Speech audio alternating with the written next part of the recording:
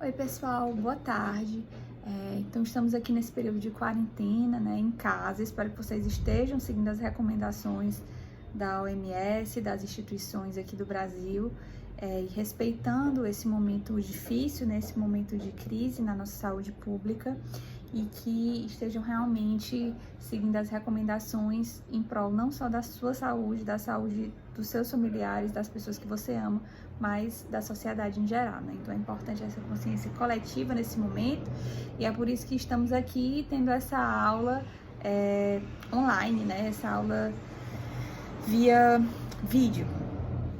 Nós já terminamos o conteúdo da unidade 1, né? Se você lembrar, nós terminamos o conteúdo da V1, de intervenção federal. Na última aula nós vimos o que faltava, né? Vimos intervenção estadual e passamos agora para o estudo da nossa unidade 2.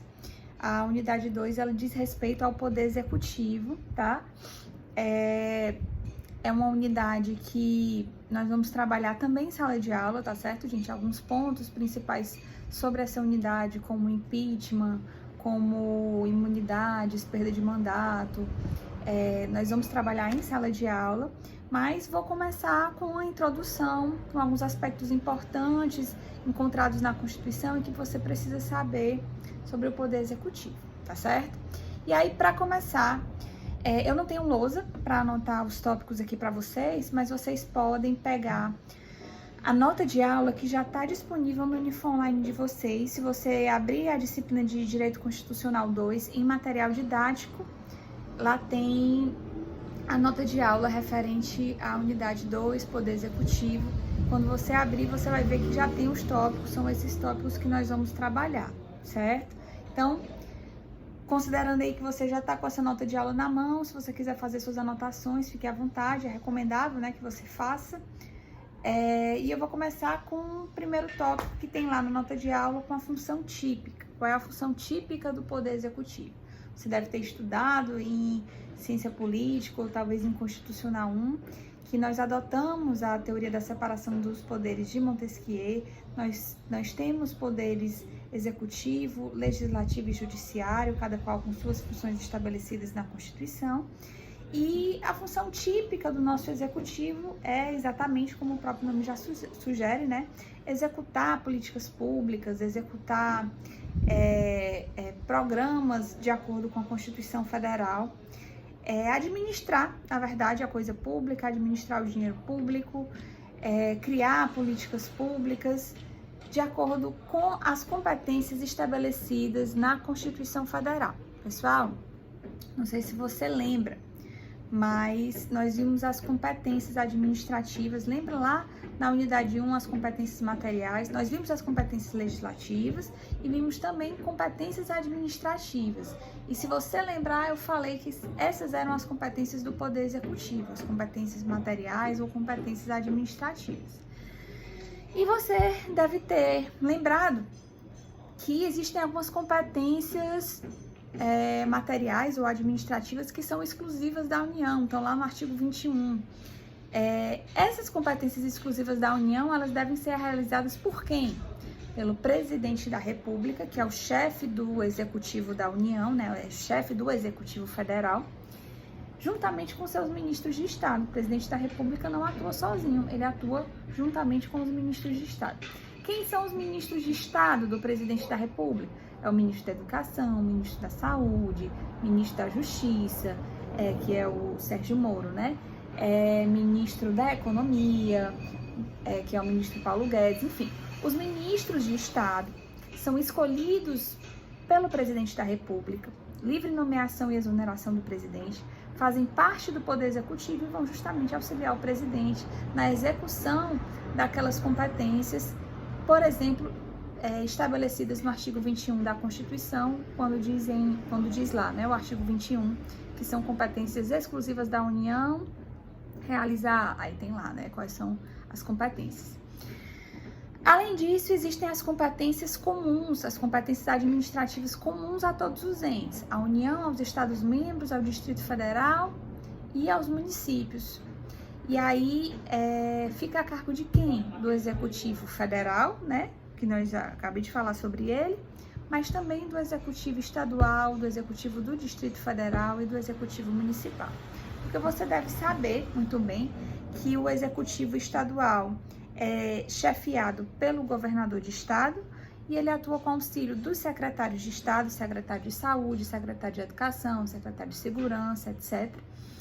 E a nível municipal nós também temos o prefeito como chefe de governo municipal, chefe do executivo municipal, e ele também vai atuar ao lado de seus secretários, certo? Secretário de Finanças, secretário do Meio Ambiente, secretário de Educação, tá?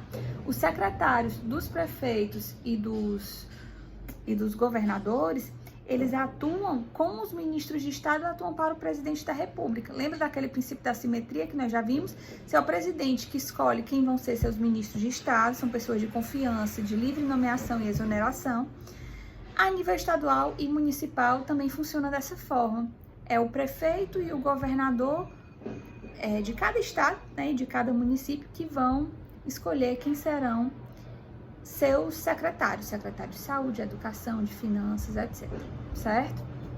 E aí eles vão atuar na execução das políticas públicas estabelecidas no artigo 21 em relação à competência exclusiva da União e em relação ao artigo 23 as competências comuns dos entes federativos, né, a nível administrativo, a nível do executivo.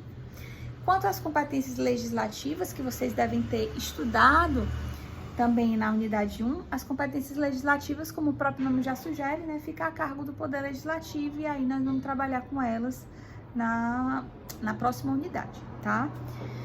Bom, passando para frente, nós temos o tópico 2, sobre as formas de governo. Se você lembrar lá de ciência política, você deve ter ouvido falar que existem duas formas de governo, a forma de governo monárquica e a forma de governo republicana. O poder executivo, gente, ele está presente nas duas formas de governo, tá certo? Não é só nas repúblicas que a gente tem poder executivo, não. Muito pelo contrário, as monarquias também apresentam poder executivo, tá? A monarquia ela é caracterizada pela hereditariedade e pela vitaliciedade, né? Então, é só você lembrar, por exemplo, da rainha da Inglaterra, que ela tá lá, quando ela morrer, quem vai ser o próximo rei vai ser o filho dela, né? Então, é hereditário e vitalício o cargo.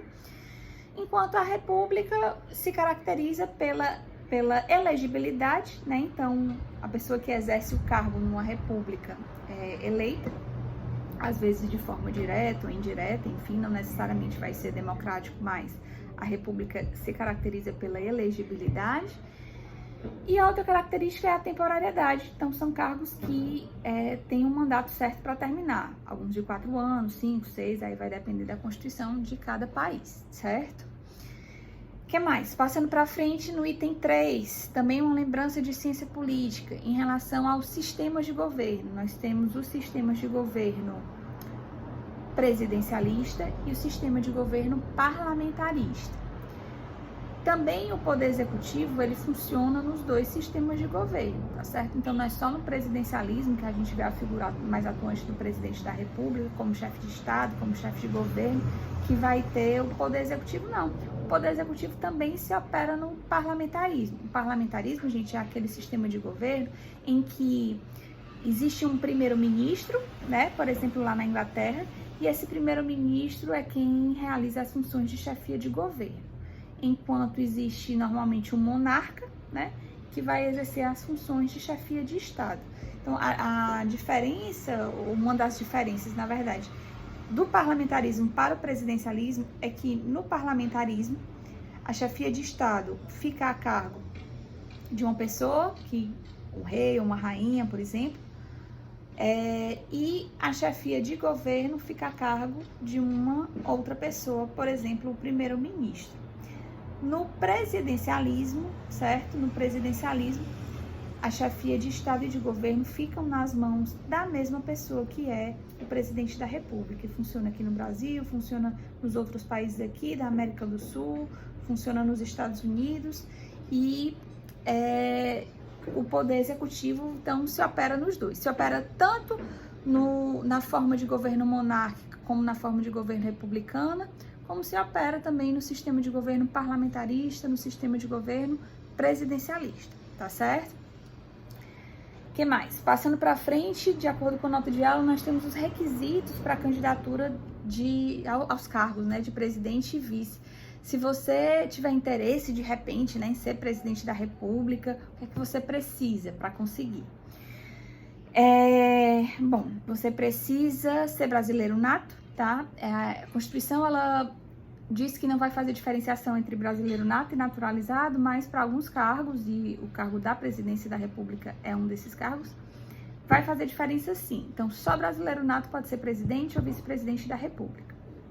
Além disso, precisa ter alistamento eleitoral, né? Precisa ter o título de eleitor, precisa estar em pleno gozo dos direitos políticos, precisa... que mais? Ter mais de 35 anos, tá certo? A idade mínima, precisa ser filiado a um partido político, né? A questão do Bolsonaro, ele tá sem partido agora, né? Mas no momento da candidatura, ele era filiado a partido político, então não há irregularidade nesse ponto. E ele não pode ser analfabeto, certo? Muita gente pergunta do Lula, o Lula não era analfabeto, tá certo? Não precisa ter ensino superior, ou mesmo ensino médio concluído, o requisito constitucional é não ser analfabeto, certo? E um outro requisito é que ele não pode ser inelegível, não pode cair nas hipóteses de inelegibilidade previstas ou na Constituição ou no Código Eleitoral. As do Código Eleitoral vocês vão estudar de forma mais aprofundada lá em Direito Eleitoral, né? A nível constitucional, o que a gente tem de inelegibilidade é a questão do artigo 14, parágrafo 6º e parágrafo 7º, que vocês vão precisar ter um cuidado. Eu vou pedir para vocês lerem esses artigos e qualquer dúvida vocês perguntam ou por torpedo ou também estou no Instagram, tá certo? Mas quando a gente retornar também pode ser. Diz lá o artigo 14, parágrafo 6º, vou ler aqui para vocês. Para concorrerem a outros cargos, o presidente, os governadores de estado, Distrito Federal e prefeitos devem renunciar aos respectivos mandatos até 6 meses antes do pleito. Isso quer dizer, por exemplo, que se o governador Camilo Santana quiser se candidatar a senador nas próximas eleições, se quiser se candidatar a vereador, a qualquer outro cargo, ele vai ter que renunciar 6 meses antes do pleito. Ou se o presidente da República quiser se candidatar novamente a deputado federal, sei lá, alguma coisa nesse sentido, vai precisar renunciar 6 meses antes. Por que, gente, essa regra? Porque lembra que eu disse que o chefe do executivo, ele é o administrador das contas públicas, né, das receitas públicas, do dinheiro público. Então, a Constituição tomou o cuidado, né, de evitar que ele possa utilizar a máquina pública a seu favor. Então, ele precisa renunciar para poder se candidatar a um outro cargo, certo? E ele pode se candidatar à reeleição no mesmo cargo? Pode, né? Pode haver uma reeleição consecutiva, tá certo? Então, quem foi eleito para o primeiro mandato nessas últimas eleições pode concorrer, é claro, novamente nas próximas eleições para reeleição. Agora, o que não pode é um candidato já reeleito, né, participar de um terceiro pleito, de uma terceira votação para o mesmo cargo do executivo. Aí é que não pode. Por quê? Porque os cargos do executivo, eles têm essa limitação de apenas uma reeleição consecutiva, tá certo? O presidente Lula, ele exerceu seus 2 mandatos, tá certo? Depois não pôde mais se candidatar. E depois que passou um mandato que ele não é mais presidente, ele pode voltar? Ele poderia voltar, certo? Se não fosse a questão da inelegibilidade pelo fato de ele ter sido condenado em segunda instância, certo? Que, por sinal, esse entendimento já foi alterado pelo STF no fim do ano passado, certo? Então, só para esclarecer, né, a questão da candidatura do ex-presidente Lula. Ele não pôde se candidatar para as eleições de 2018, porque na época ele era inelegível, porque ele tinha uma condenação criminal em segunda instância, né, confirmada em segunda instância, apesar dela não ter sido transitada em julgado, ela tinha sido confirmada em segunda instância.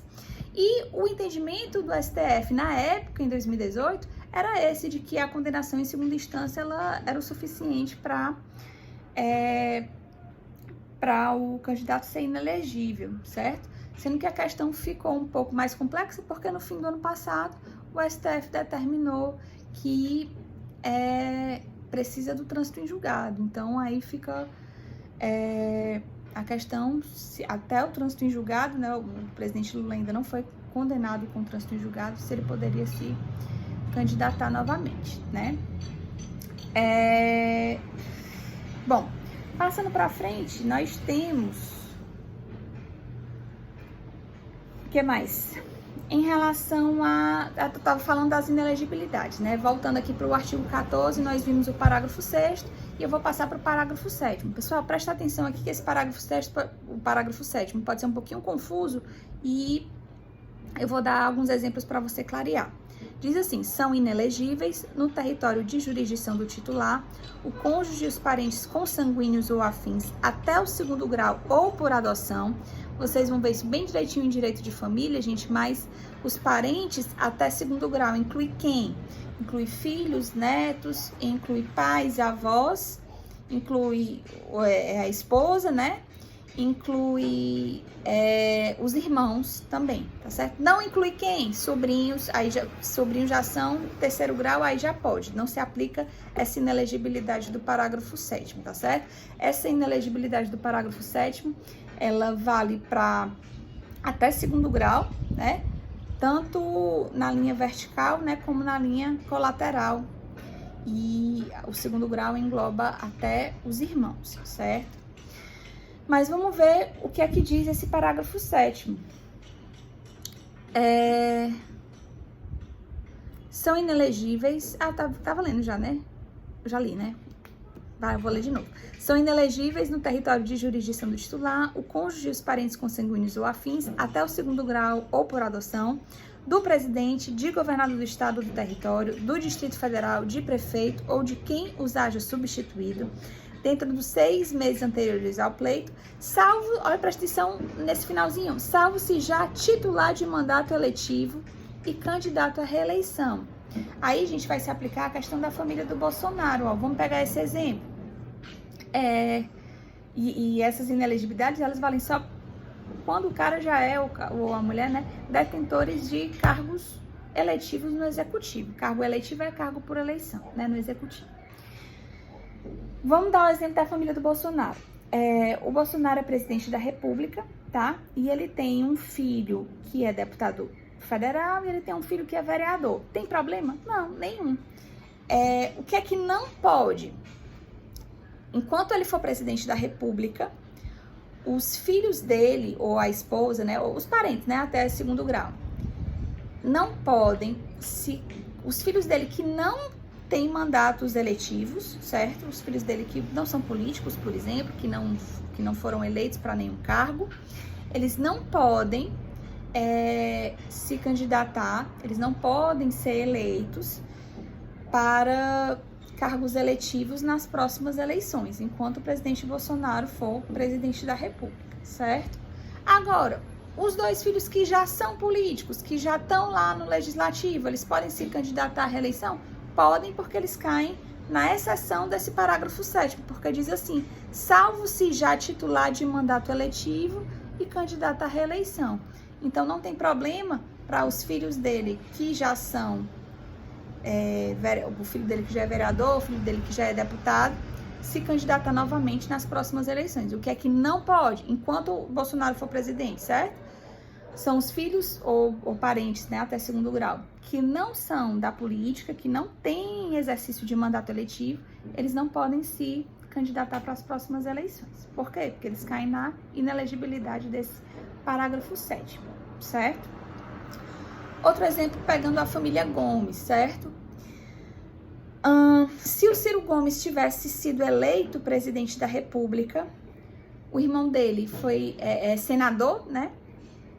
Tem problema? Não, não tem problema nenhum. Agora, o que é que não poderia se o Ciro fosse presidente da República? Que os parentes dele, que não são detentores de mandatos eletivos, parentes dele que não são da política ainda, por exemplo, ou que não exercem nenhum cargo por eleição, eles não poderiam se candidatar enquanto Ciro Gomes fosse presidente da República, certo? E o Cid, que é senador, poderia se candidatar novamente? Poderia se candidatar novamente, porque ele cai na exceção do parágrafo 7º. Ele já é titular de mandato eletivo, então ele não vai cair na inelegibilidade, certo? Essas inelegibilidades, elas só valem para cargos do executivo, certo? Elas não se aplicam para cargos do legislativo e valem para o executivo federal, estadual e municipal, tá? Então, são os parentes até segundo grau de todos os prefeitos, de todos os governadores e do presidente da República que vão cair nessa inelegibilidade e não podem se candidatar se forem parentes até segundo grau, né? E se já não forem detentores de mandatos eletivos, certo? Não sei se ficou claro, pode ficar um pouco confusa essa explicação, você pode voltar um pouquinho o vídeo para ver se entende bem o exemplo. Qualquer dúvida é só mandar torpedo, é só também perguntar no Instagram, ou então esperar o nosso retorno que eu explico com certeza à vontade, certo? Bom, passando para o próximo tópico, nós temos as eleições. É o ponto 5 aí da nossa nota de aula. É só para explicar que nós temos as eleições pelo sistema, as eleições do executivo, né? São feitas pelo sistema majoritário. O sistema majoritário ele vai se diferenciar do sistema proporcional, que o sistema proporcional ele é aplicado aos cargos do legislativo. Nós vamos estudar isso depois. Nos cargos do executivo, o sistema de eleição é o majoritário. Ganha quem tem mais votos, certo? Só que tem um detalhe. Existe o sistema majoritário absoluto, certo? E o sistema majoritário simples.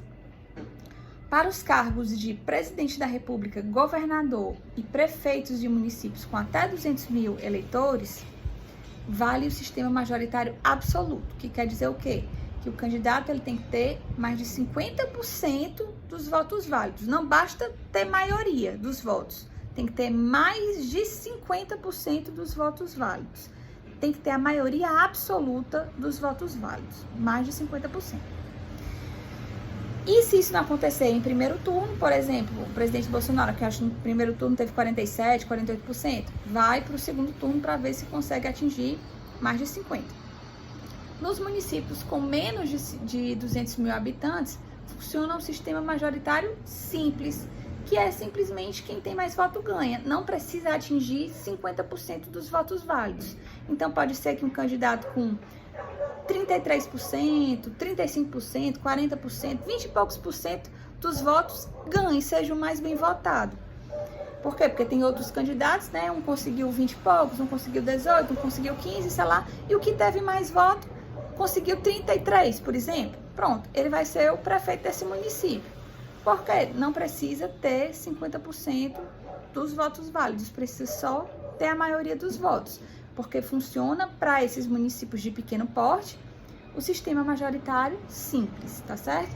Para os municípios de mais de 200 mil eleitores, para os governos dos estados e para o presidente da República, é o sistema majoritário absoluto, certo? Isso está lá no artigo 77, certo? Parágrafo 2º, parágrafo 3º da Constituição. E, por enquanto, nós vamos ficar por aqui, tá? Nós paramos, então, aí no item 5 das eleições. No próximo vídeo, a gente continua a falar sobre poder executivo, certo, gente? Boa tarde, espero que vocês tenham gostado. Peço desculpa aí qualquer coisa, não sou especialista em gravação, muito pelo contrário, fico um pouco de vergonha aqui de gravar, mas acho que deu certo, né? Pelo menos a mensagem foi dada. Boa tarde a todos.